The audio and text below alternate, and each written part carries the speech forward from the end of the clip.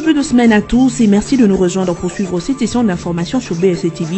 Mesdames, Messieurs, l'essentiel, le titre. La centrale électorale a rendu public les résultats de l'élection du gouverneur de 8 provinces où les vices juridiques ont été constatés. Hormis la Chuapa, la Chopo et les Sud Kivu qui devront attendre les échéances du second tour, les 5 autres provinces connaissent déjà leur gouverneur. Taïla Nadje Joachim prend la place de José Makila au sud Ubangi, Michel Babala prend la tête du Kwilu, Kalenga Mwenzemi gouvernera le Olomami et enfin Célestin Pandé Kapopo prendra la place de Jean-Claude Kazembe à la tête du Haut-Katanga alors que ce dernier avait déjà été rétabli à ses fonctions par la Cour constitutionnelle, laquelle fait encore attendre sa réaction. Et puis, une délégation tripartite gouvernement, CNSA et SENI séjourne à Kananga en vue d'évaluer le processus électoral. Une évaluation qui permettra de dégager des agrégats qui aideront à publier le calendrier électoral dans les jours à venir, conformément à l'accord du 31 décembre 2016. Il sera question au cours de ces séjours d'apprécier consensuellement le temps nécessaire pour le parachèvement des élections. Pendant ce temps, à Kinshasa, c'est ce lundi que devrait prendre fin les processus d'enrôlement des électeurs, sauf imprévu. Enfin, en sport, 8 nouvelles équipes rejoignent la division 1 Linafoot. C'est au terme d'un tournoi qualificatif que ces 8 clubs congolais ont intégré la Linafoot. Il s'agit de l'Ecofoot Katumbi, la Stikunku, le Football Club Montbleu, le Football Club Étoile, la Rangers, le tout-puissant Moulungué, le Nord Sport, pour ne citer que ceux-là qui rejoignent le 20 autres clubs de la division 1. Une délégation tripartite, gouvernement, CNSA et CENI, séjourne à Kananga depuis le dimanche 27 août 2017 en vue de procéder à l'évaluation du processus électoral. L'atelier pour ce faire s'est ouvert ce lundi 28 août et après la séance d'ouverture, 4 commissions de travail ont été créées, à savoir les commissions juridiques et opérationnelles, budget et financement du processus électoral, logistique des opérations, politique, administrative et sécuritaire. Chaque commission est dirigée par un membre du bureau de la CENI et les recommandations de ces travaux seront adoptées en plénière. Elles feront ensuite l'objet d'un autre atelier technique qui réunira la CENI et différents experts avant la publication du calendrier électoral. Plusieurs personnalités ont pris part à la séance d'ouverture de cet atelier d'évaluation qui va durer 3 jours et qui se tient au bâtiment administratif du gouvernorat de province. Il y avait en effet des députés nationaux, des experts de la société civile, des membres du Conseil supérieur de l'audiovisuel et de la communication, c'est ça, les ambassadeurs du Zimbabwe, de la Zambie, de l'Afrique du Sud, de l'Union africaine, ainsi qu'un expert de l'Organisation internationale de la francophonie, OIF. Pour rappel, en juillet dernier, à Paris, au terme d'une réunion avec l'OIF et des amis du Congo, Corneille Nangaa, président de la centrale électorale congolaise, avait fait savoir que la CENI n'était plus en mesure techniquement d'organiser les élections avant le 31 décembre 2017, comme prévu dans l'accord de la Saint-Sylvestre. Il avait évoqué entre autres des problèmes financiers et l'hypothèque sécuritaire dans l'espace kassaïen, où une grande partie du territoire n'avait pas connu l'enrôlement des électeurs suite aux violences consécutives à l'insurrection dite de Kamwena Nsapu. Et pendant ce temps à Kinshasa, c'est ce lundi 28 août 2017 qu'ont pris fin les opérations d'enrôlement des électeurs. Aucune prolongation ne sera accordée, sauf aux requérants qui gardent encore des jetons en attendant l'enrôlement dans leurs centres respectifs. C'est ce qu'on... Résultat de l'élection des gouverneurs dans 8 provinces où les vides juridiques ont été constatés. C'est le week-end dernier que la centrale électorale a procédé à la proclamation de ces résultats. Il a été noté que, dans la province du Sud Ubangi, Taïla Nadje Joachim a été élu gouverneur. Il succède ainsi à José Makila, actuel vice-premier ministre des Transports et Voies de communication. Michel Babala a quant à lui été élu nouveau gouverneur dans les Kwilu. Le Haut-Katanga a vu Jean-Claude Kazembe partir en faveur de notre candidat de l'AMP, Célestin Pandé Kapopo. Du côté de Olomami, Kalenga Mwenzeni Jackson a été élu nouveau gouverneur, tandis que dans le Bas-Ouélé, les résultats se font encore attendre.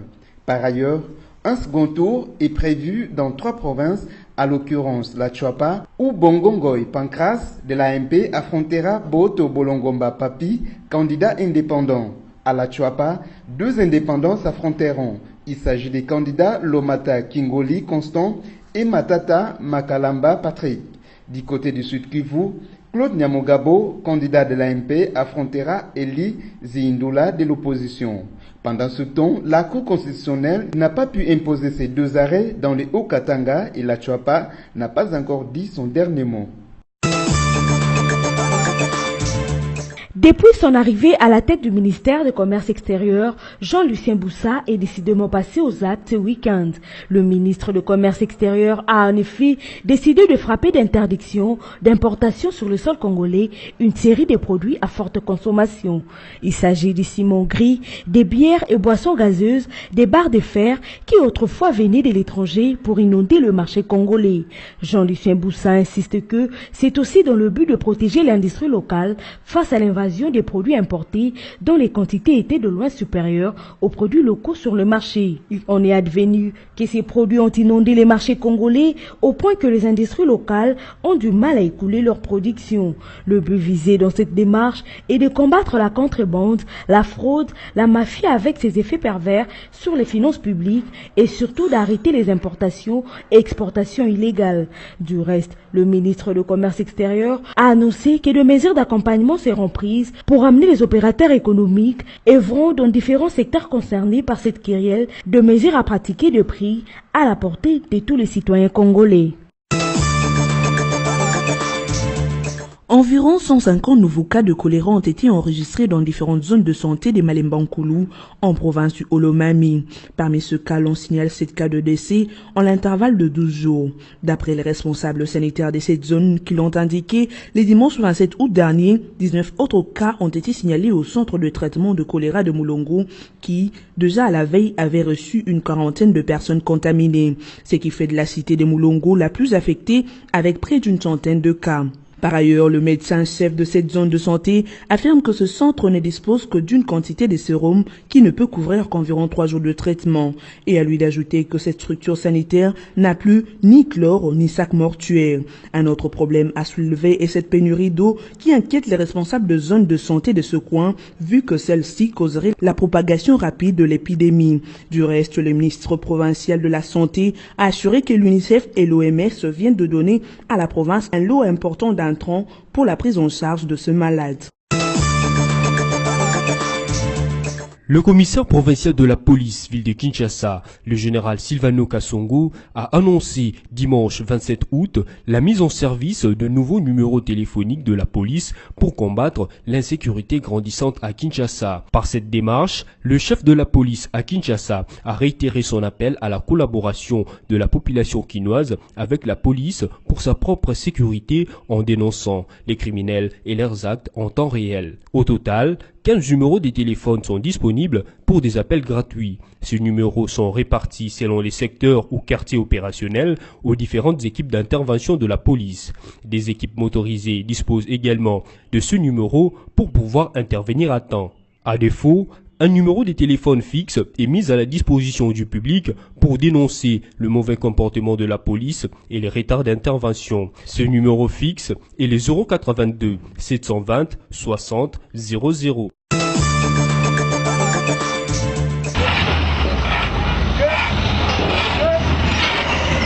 La ville de Boma fait peau neuve et se modernise comme les autres villes de la province du Congo central. Dans le même ordre d'idées, Yvette Mbadou, députée nationale, a lancé les travaux d'assainissement de cette ville. Elle a fait le tour de Boma pour palper de près les travaux, notamment le curage de caniveaux. Yvette Mbadou n'a pas quitté le lieu avant de connaître les causes de ce bouchage de caniveaux dans la ville de Boma. La première dame du Congo central a aussi visité le nouveau centre de santé de référence de Boma en construction, car le premier a été victime des inondations connues dans la ville en décembre 2016. Inondation qui a causé des morts et d'énormes dégâts matériels. Yvette Mbadou s'est fait accompagner du secrétaire général du ministère de la Solidarité et Action humanitaire. Ce dernier, accompagné de son équipe, est venu dans le cadre de l'opération de relèvement des victimes des dernières inondations. On a commencé par évaluer. Après évaluer, on a mené des actions d'assistance d'urgence.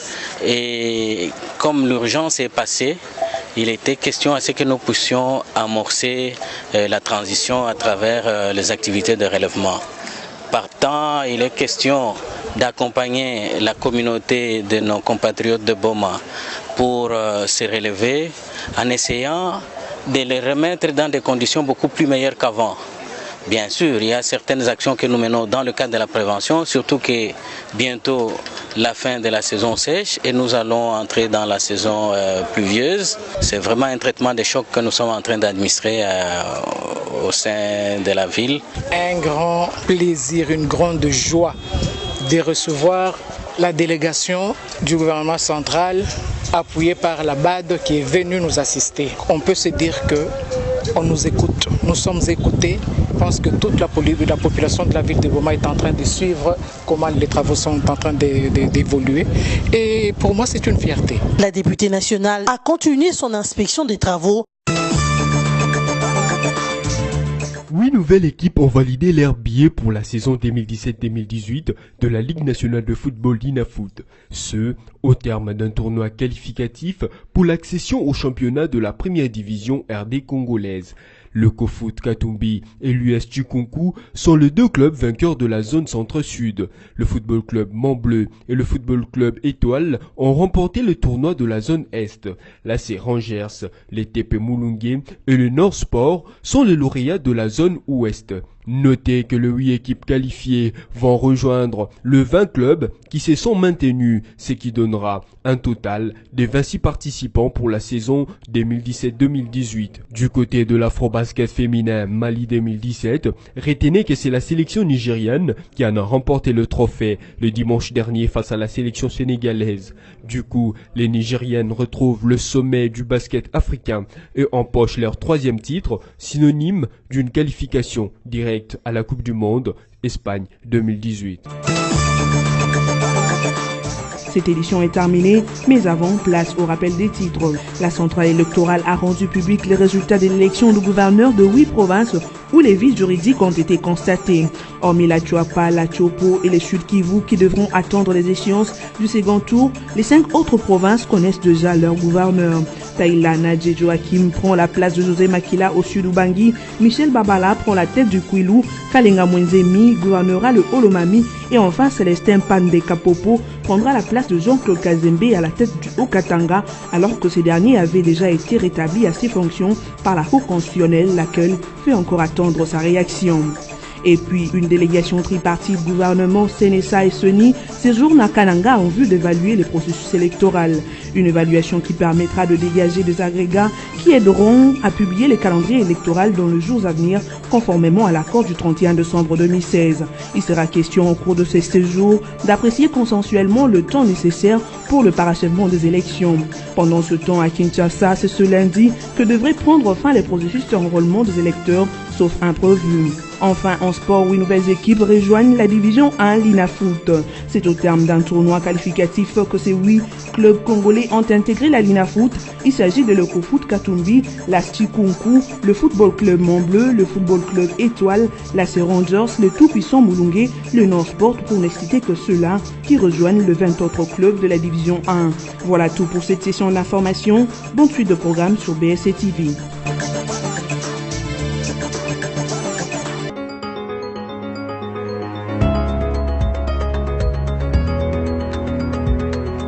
Bon début de semaine à tous et bienvenue à cette revue de presse de journaux parus en ligne ce lundi 28 août 2017. Le retombé de l'élection du gouverneur de province et les séjours de la délégation tripartite à Kananga, tels sont les sujets sélectionnés et résumés pour vous ce soir.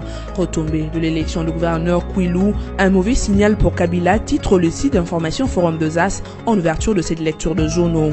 Dans ce bastillon naturel du patriarche Gizenga, l'échec inattendu du candidat Palou n'est pas de nature à consolider la majorité. Le ticket officiel MP conduit par le Palou Floribert Luboto a été battu par les duos estampillés indépendants Balabala Mapanda. À l'heure de compte, si les 8 députés provinciaux gizenguistes ont tous voté pour le candidat adoubé par la majorité présidentielle, il n'en a pas été de même pour les autres élus. On a assisté à des infidélités plutôt troublantes, voire paradoxales. Investi le plus officiellement du monde par la MP, le tandem Luboto-Boulonkongu a été surpris à ses dépenses de constater qu'un seul député provincial sur le 10 du territoire territoire du Diofa a respecté la consigne de la plateforme présidentielle. Les élus de Boulungu n'ont pas fait mieux non plus. À Massimanimba et notre grand territoire du Kwilu, les candidats indépendants l'ont emporté d'une voix. À partir de là, la messe était dite. L'AMP venait de là de perdre les scrutins dans une province qui charrie pourtant quantité de symboles. Une défaite qui ne sera sans doute pas sans conséquence sur les équilibres au sein de la majorité, en particulier dans les relations MP-Palou. Une relation stratégique voire vitale pour le Raïs, car Kwilu est le cœur du fief du patriarche Gizenga. Perdre le gouvernorat de cette province par la faute des élus non Palou passe mal. Très mal même, confie nombre de cadres et militants du parti guiséniste. Poursuivons avec actualité.cd qui écrit à sa manchette RDC, CNSA, CENI et gouvernement à Kananga pour évaluer le processus électoral. La Commission électorale nationale indépendante, le gouvernement et le Conseil national de suivi de l'accord débutent ce lundi 28 août 2017 à Kananga l'évaluation du processus électoral. L'atelier d'évaluation se déroulera du 28 au 30 août 2017. C'est à l'issue de ce travaux que l'option de reporter ou pas des élections sera levée. Il permettra de dégager des agrégats qui aideront à publier le calendrier électoral dans les jours à venir, a dit Corneille Nangaa. L'accord du 31 décembre 2016 donne au CNSA notamment la mission d'apprécier consensuellement le temps nécessaire pour le parachèvement des élections avec le gouvernement et la CENI. Bouclons cette revue de presse avec Congo Virtuel qui rapporte processus électoral CENI, CNSA et gouvernement à Kananga. Une délégation tripartite gouvernement, CNSA et CENI séjourne à Kananga au Kasaï central depuis ce lundi 28 août 2017 en vue de procéder à l'évaluation du processus électoral. Le président de la CENI, Corneille Nangaa, qui a annoncé la nouvelle en fin du week-end dernier, a fait savoir que cette évaluation permettra de dégager des agrégats qui aideront à publier le calendrier électoral dans les jours à venir. Cette démarche rentre dans le cadre des attributions confiées à cette tripartite qui, conformément à l'accord du 31 décembre 2016, est chargée entre autres d'apprécier consensuellement le temps nécessaire pour le parachèvement des élections. Déjà en début de la semaine dernière, la CENI avait déposé au CNSA ce terme de référence pour l'évaluation à mi-parcours du processus électoral. L'atelier ad hoc doit en principe se tenir du 28 au 30 août 2017 pour suivre le site du groupe BSC. Cette revue de presse est terminée. Merci de votre fidèle attention.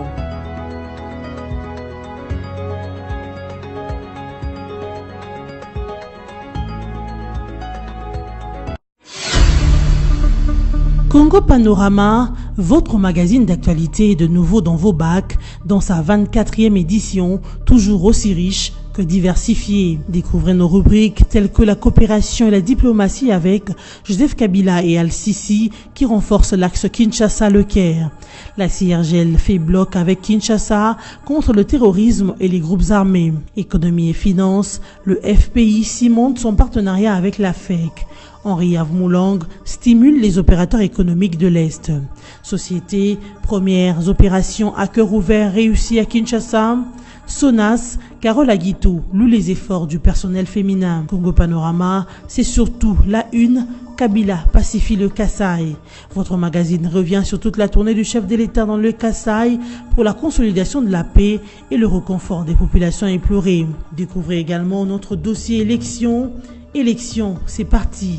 Ou encore les avis encourageants de l'OIF sur la CENI. Kabila, droit dans ses bottes. Infrastructure, la voirie de Kinshasa en pleine cure de réhabilitation avec l'OVD qui fluidifie la circulation et la CGT à fond sur les grands axes. En politique, élections apaisées, le garant s'est assumé. Joseph Kabila, les élections auront bel et bien lieu. Enfin, l'éditorial de Congo Panorama 24 avec Yves Ramazani. Il a palpé. L'éditorialiste revisite le parcours pacificateur du président de la République et constate qu'à chaque menace contre la paix, il s'est toujours rendu à la rencontre des populations pour écouter et apporter des solutions. Et la situation au Kasaï n'a pas fait exception. Congo Panorama, s'investir pour un Congo émergent. Congo Panorama, toute l'actualité à votre portée.